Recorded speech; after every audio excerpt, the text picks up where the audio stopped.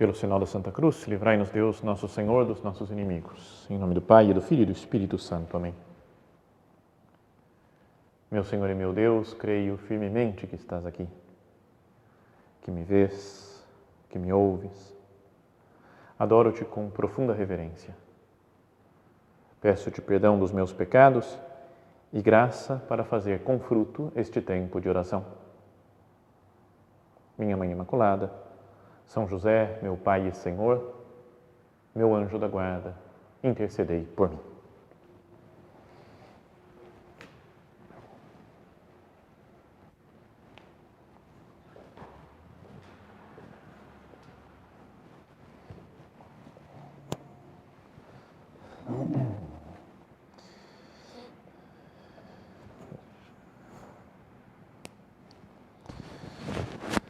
Queria começar a nossa meditação de hoje dizendo comentando sobre uma característica muito marcante, talvez, do nosso tempo. Nem sei se é exatamente do nosso tempo, né? Pode ser de outras épocas também, que pode ser que acontecesse isso também. Mas é uma época atual que nós vivemos em que as pessoas dão muita atenção para aquilo que a ciência diz. E acho que é bom que seja assim, né? É importante. Todo mundo, né, muita gente pelo menos que está assistindo essa meditação agora, que está procurando fazer a sua oração, é gente da área de ciências, é gente que dedicou muitos anos, né, da sua vida, às vezes, para estudar, nem que sejam matérias de ciências humanas, não é? Mas também de ciências exatas, de ciências biológicas. Então, o mundo da ciência é um mundo que faz parte da nossa vida cotidiana, diria. Mas acontece, né, pode acontecer, e no nosso mundo, no nosso tempo acontece, que as pessoas às vezes dão atenção só para aquilo que a ciência diz, ou para as coisas que podem ser provadas cientificamente. Por exemplo, até mesmo para falar da época que nós estamos vivendo, sobre o coronavírus. O que todo mundo quer saber é o que os especialistas dizem. Um médico, um biólogo, um infectologista, né? O que diz sobre o coronavírus e como que ele vai se desenvolvendo, como que é a transmissão do vírus, se ele pode sofrer mutação, não pode sofrer mutação. Então, são as conversas dos dias de hoje. E é importante mesmo ouvir o que diz a ciência, o que dizem os médicos, os especialistas, ainda que, aqui entre parênteses, não espalhem muito por aí, mas eu já não aguento mais, né? Paciência esgotada com os ditos especialistas. Fica todo mundo dizendo que é especialista agora, né, nisso daqui. Então, como diz um especialista, e basta falar isso e as pessoas creem, né? Acreditam porque ele recebeu esse título, o especialista. Até uma das mensagens dessas de WhatsApp que ficam girando freneticamente nesses últimos tempos, uma delas falou: o Brasil passou a ter de 200 milhões de técnicos de futebol, agora tem 200 milhões de especialistas em coronavírus. Porque todo mundo quer dar o seu palpite, né, a sua ideia, né, de explicar como é que é. Assim. Bom, voltando para o nosso tema. A ideia é que a ciência é algo importante, mas algumas pessoas, apoiadas, entre aspas, na ciência, parece que dão atenção zero para outras coisas. O que a igreja diz, o que a fé diz, não, isso daí é outro problema. Não quero nem saber disso aqui, estamos falando de ciência. Como se a igreja se desentendesse, né, do mundo real que nós vivemos. Não é? Muita gente quer que a igreja fique em silêncio em tantos aspectos da vida humana, da vida social. Parece que a igreja dá uma opinião, é um preconceito que ela tem por acreditar em umas coisas, é uma espécie de obscurantismo, é uma volta à Idade Média, né? Ainda que a Idade Média não tenha sido tão obscura assim como muita gente prega, como muita gente ensina. Bom, mas então essa é uma primeira característica da nossa civilização atual, ocidental pelo menos, que dá muito valor à ciência. Volto a dizer, eu estudei, sou cientista também, podíamos dizer. Fiz física, me formei em física, gosto muito de astronomia, estudei muitos anos de astronomia. Então, me sinto um cientista. E acho que as duas coisas devem caminhar juntas, né? A ciência e a fé. Bom, mas essa é a primeira característica, né? A ciência, muito importante. E uma segunda tendência do nosso tempo é um contínuo recorrer ao misticismo, a coisas misteriosas. Tem muita gente com umas espécies de crendices populares, né, muito estranhas. Não é? Até, sei lá, de mal olhado. Não é? Fizeram um trabalho nessa pessoa e agora ela vai ser prejudicada. Ainda que existam influências de coisas malignas do mundo, mas não é que eu dou muita atenção para leitura da mão, né? Tem muita gente que fala ainda disso, leitura de tarô. Então tem uma crendice, muitas vezes marcante, né? Astrologia. Né? Quanta gente ainda acredita nas coisas de astrologia. Não digo que eu sou contra a astrologia por ser padre, não tem nada a ver isso. Eu sou contra a astrologia por ser cientista, não é por ser astrônomo, físico. Então, você, estudando as coisas, você fala, que importância tem, né? Pode ter alguma influência em alguma coisa física da Terra, sem dúvida, né? A posição da Lua, sobretudo, o efeito das marés. Bom, mas não vamos entrar nisso. A ideia é que tem, por um lado, muita ciência, às vezes só ciência, desprezando outro tipo de conhecimento, que não seja o conhecimento científico ou empírico. E, por outro lado, muita crendice, né? Em coisas que não são exatamente de fé, não é? Umas coisas não são, digamos, digo de fé da doutrina da igreja, mas de uma fé mal entendida, né? De se acreditar em muitas coisas, não é? Então até nas simpatias que tem. Por exemplo, os antigos até diziam algumas coisas, né? Se fizer isso, acontece tal coisa. Se eu olhar no espelho depois de jantar, eu posso ficar com a boca torta. Era um dos medos que eu tinha quando era criança. Falei, nossa, ouvi dizer isso, vai que fico com a boca torta por olhar para o espelho depois da janta. Não tem nada a ver, né? Quem tem asma, eu tinha asma e tinha uma tartaruga em casa, um jabuti. E por ter asma, bronquite, falaram, é bom ter tartaruga, jabuti, porque depois quando ele foge, o bicho, ele leva embora a asma. E eu acreditava, falei, bom, pode ser que seja real, vai saber, vamos tentar. Né? Bom, tudo bem. Voltando ao nosso tema, né? Muita ciência por um lado, e só ciência, e muita crendice popular por outro.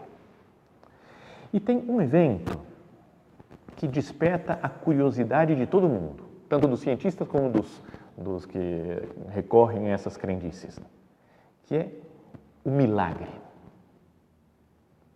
Quando acontece um milagre, uma coisa que a gente não consegue explicar, que a ciência não consegue explicar, é como que um ponto de união entre essas duas tendências. Porque os que acreditam falam, tá vendo, aconteceu um milagre, porque maravilha, porque bastou ter fé e isso aconteceu. E mesmo os cientistas falam, como é que isso aconteceu? Porque a ciência não explica. Então querem entender, querem aprofundar mais no seu conhecimento técnico, científico. E por isso, também como um milagre é algo que nos atrai, né? Que atrai todo mundo, quase. Falou de um milagre, a gente às vezes quer saber, né? Para ver se é uma coisa real, se é sério, se não é sério. Também é um campo aberto para milhões de charlatães que existem por aí. Não é? Que vai enganando o povo com falsos milagres, não é? Vão ganhando dinheiro. Basta você dar esse dinheiro que você vai conseguir o milagre. Não é? Como se fosse, eu estou comprando milagres. Isso acontece por aí. Apoiando ganhando dinheiro, apoiado na crendice popular. Falsas curas, falsas visões, falsas aparições. Até nesses dias mesmo de pandemia, saíram algumas propagandas de algumas igrejas que nem vou dizer que são igrejas evangélicas, porque não são, isso aí são outras coisas. Igreja evangélica é uma coisa séria, né?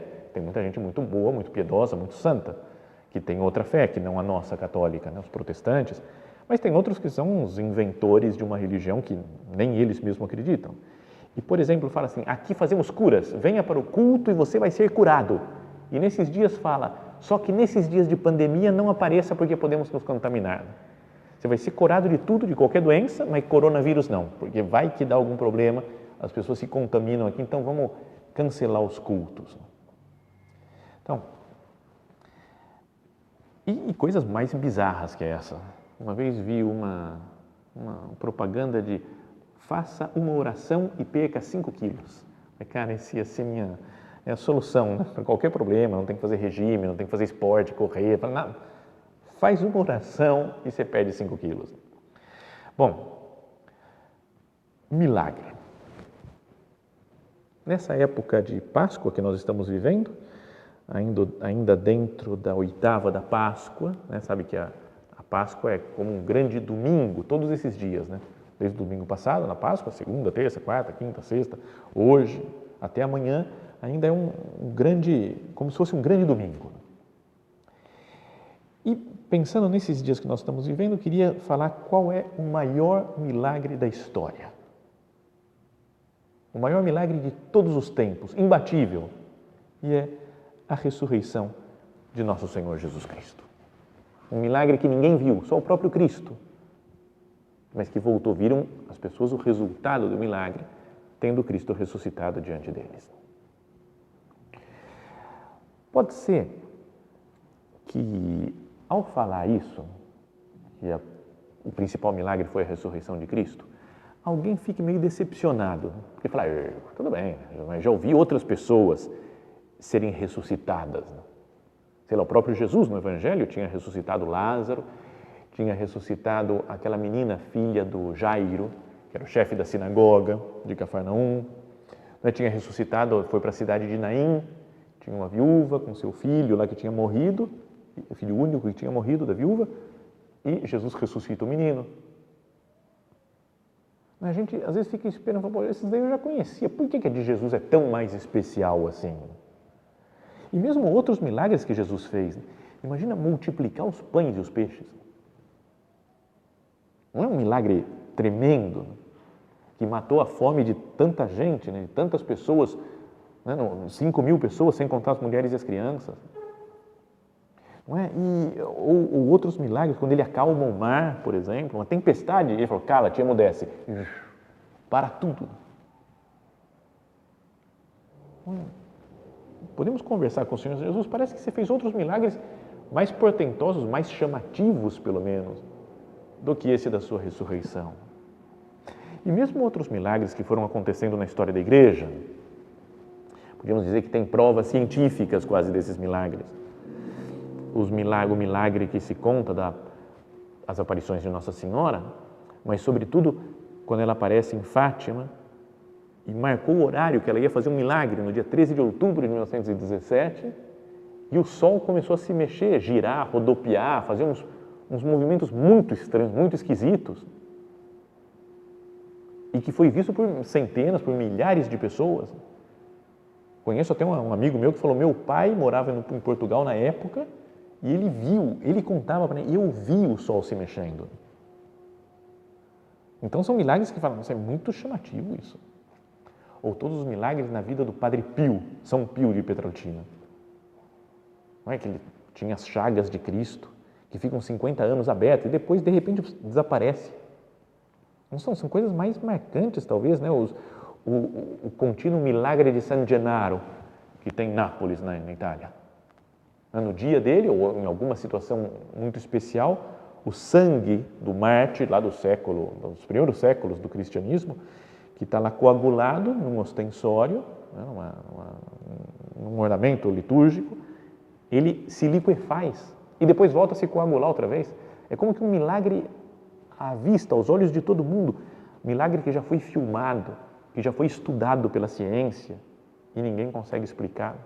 Bom, estamos falando muito desses outros milagres, mas queria que nós pensássemos que a ressurreição de Jesus é maior que todos esses.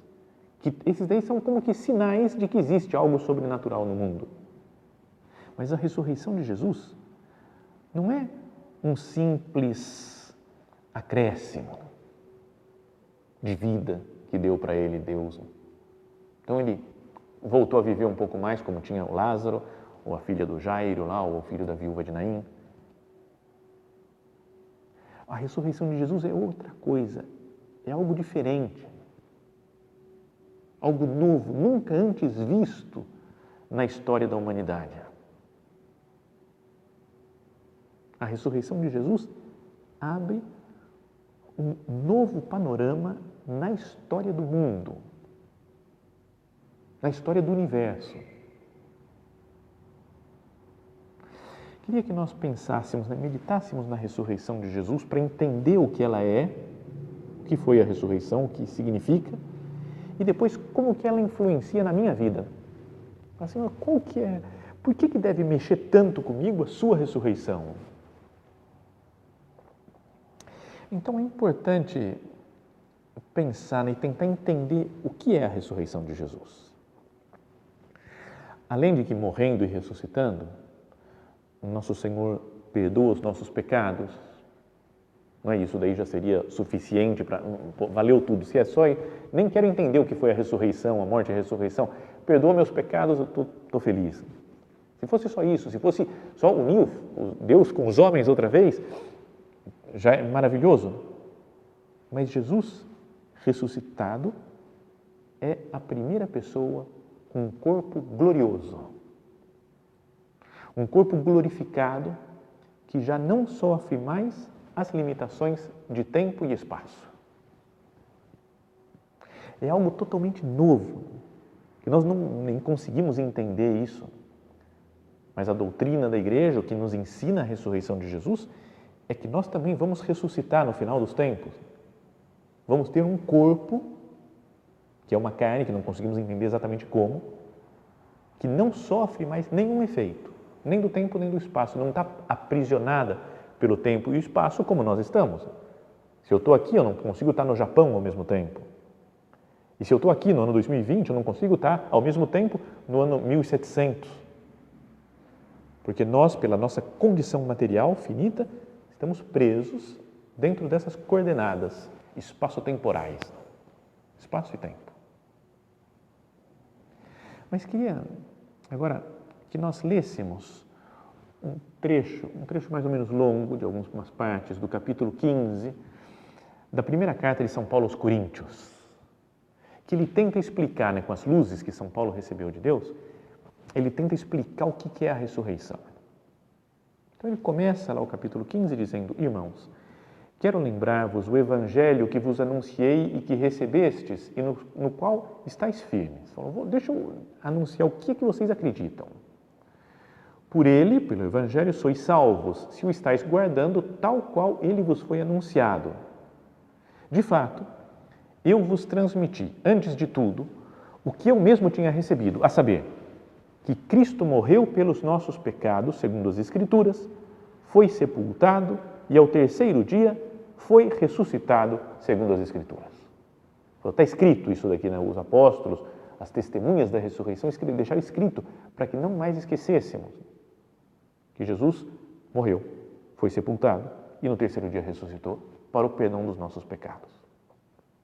E fala, e apareceu a Cefas, a Pedro, e depois aos 12. Mais tarde, apareceu a mais de 500 irmãos de uma vez. Destes, a maioria ainda vive e alguns já morreram. Depois apareceu a Tiago, depois a todos os apóstolos. Por último, apareceu também a mim, que sou como um aborto, pois eu sou o menor dos apóstolos. Nem mereço o nome de apóstolo, pois eu persegui a igreja de Deus. Então, olha só isso daqui como é importante, São Paulo falar que Jesus apareceu para ele, ressuscitado, porque depois na ascensão do Senhor aos céus, São Paulo não fazia a menor ideia ainda de ser cristão. Uns 3 anos depois, só é que ele se converteu. E fala que o mesmo Jesus que tinha subido aos céus apareceu para ele, vivo. Ora, continua São Paulo, se prega que Cristo ressuscitou dentre os mortos, como podem alguns dentre vós dizer que não há ressurreição dos mortos? Como é que vocês acham que acabou, morreu e não tem ressurreição dos mortos? Se não há ressurreição dos mortos, então Cristo não ressuscitou. E se Cristo não ressuscitou, a nossa pregação é sem fundamento. E sem fundamento também é a vossa fé. Ou seja, se Jesus não ressuscitou, é inútil toda a pregação aqui, essa meditação que nós estamos assistindo. É inútil, não serve para nada a nossa fé. Para que eu vou ter fé? Um homem que morreu e ficou morto. Se os mortos não ressuscitam, estaríamos testemunhando contra Deus que ele ressuscitou Cristo, enquanto de fato ele não teria ressuscitado. Pois se os mortos não ressuscitam, então Cristo também não ressuscitou. E se Cristo não ressuscitou, a vossa fé não tem nenhum valor e ainda estáis nos vossos pecados. Então, essa é a ideia, né, da ressurreição. Se Jesus não ressuscitou, nós continuamos com o pecado e é tudo inútil, toda a existência da igreja. Tudo que existe, né? Toda a pregação, a Bíblia, pode jogar tudo fora, que é tudo inútil.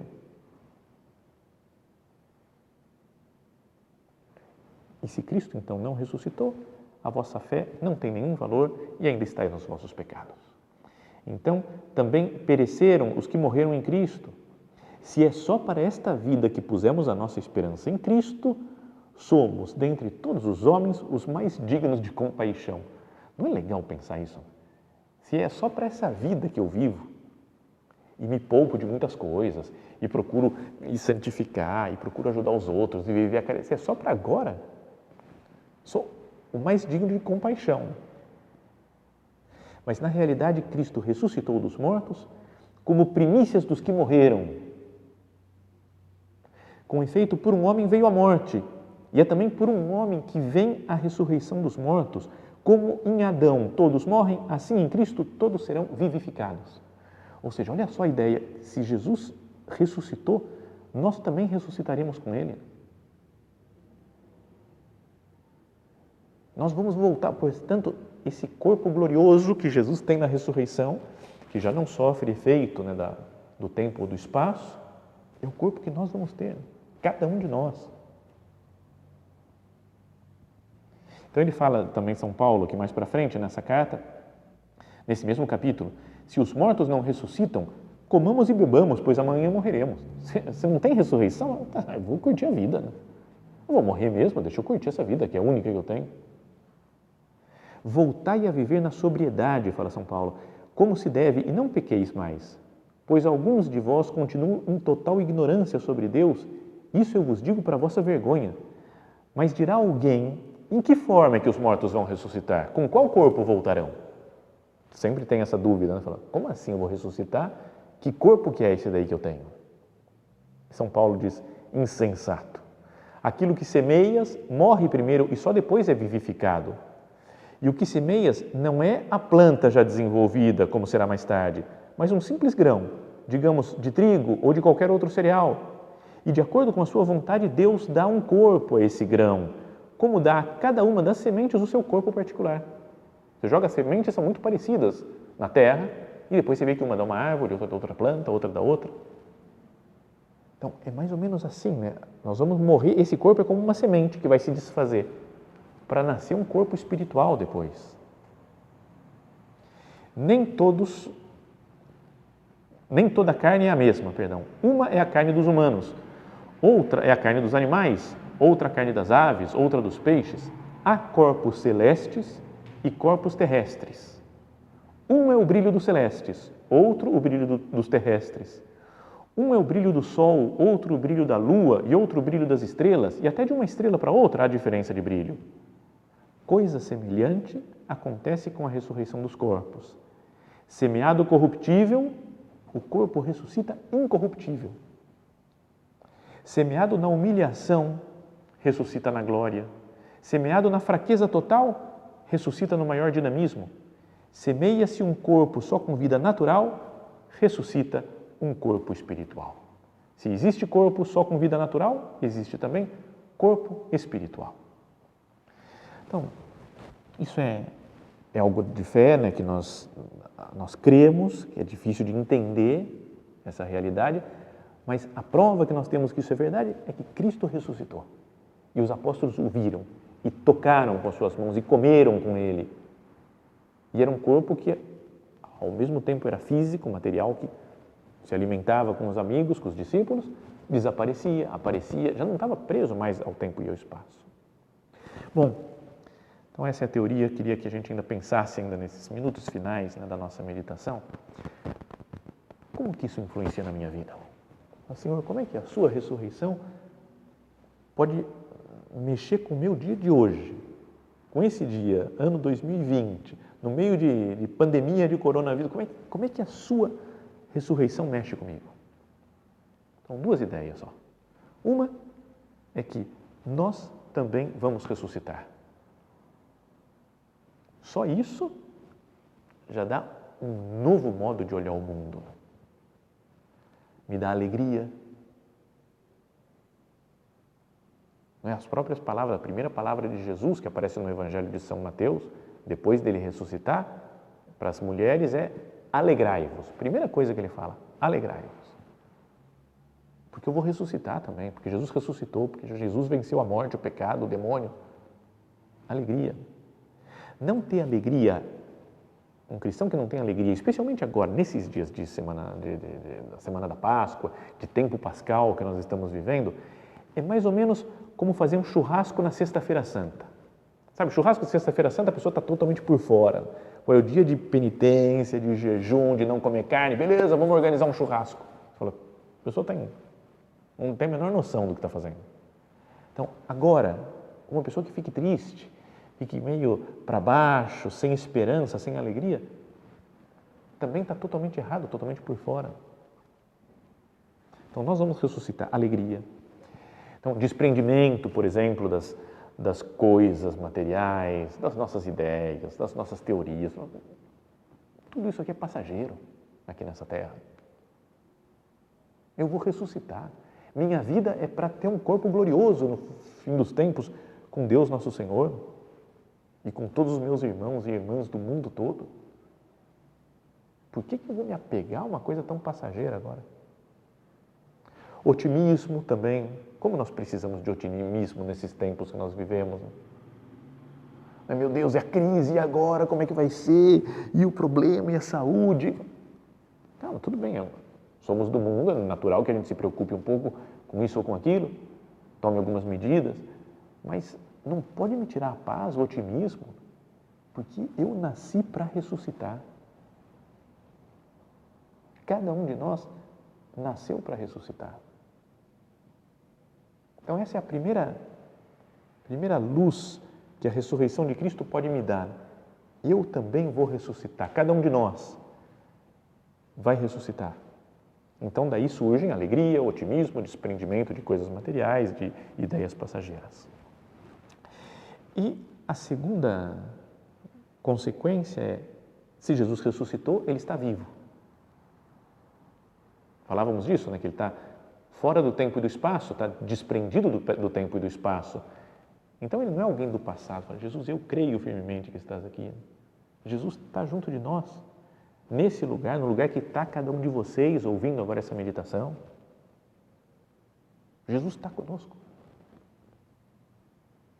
Deus está aqui, Cristo está aqui, tão certo como o ar que eu respiro, falava a música, né, de igreja. Então, como tem ar que eu estou respirando, mesmo que eu não veja, eu tenho certeza absoluta que tem ar, pelos efeitos do ar, porque eu posso respirar, eu posso viver. Então, Cristo, eu não vejo materialmente, fisicamente, mas está aqui. E esse estar aqui, a vida de Cristo, é algo que deve me fazer pensar em como é a minha oração, por exemplo. Jesus, eu converso com você na oração ou fico só pensando umas coisas minhas, fazendo uns raciocínios meio sozinho? Aumenta a minha fé, Jesus, para te ver espiritualmente e para saber fazer bem minha oração. E a participação na missa. Jesus está comigo, vive comigo. Então essa é o que eu queria que nós meditássemos, né, por ocasião da Páscoa, dessa semana pascal e de todo o tempo pascal que nós temos pela frente, ainda até a festa de Pentecostes, né, do Espírito Santo. O grande milagre de todos os tempos é a ressurreição de Cristo, porque criou como que um novo mundo. Não é só um mundo material, preso ao tempo e espaço, mas é um corpo agora que já não obedece mais essas leis do mundo físico, material. E isso deve nos dar a certeza de que vamos ressuscitar e, ao mesmo tempo, a certeza de que Jesus vive conosco. E cada um de nós medite, né? Continue a sua meditação pensando, Senhor, como é que a sua ressurreição vai influenciar a minha vida de agora? Quando éramos crianças, sempre recorríamos, né, à nossa mãe para nos ensinar as coisas novas. Aprendemos muito, né, das nossas mães, vendo elas fazerem as coisas, né, ou pedindo ajuda. É o que nós fazemos agora para Nossa Senhora. Minha mãe, me faz caminhar com essa vida nova que o seu Filho nos conseguiu morrendo e ressuscitando.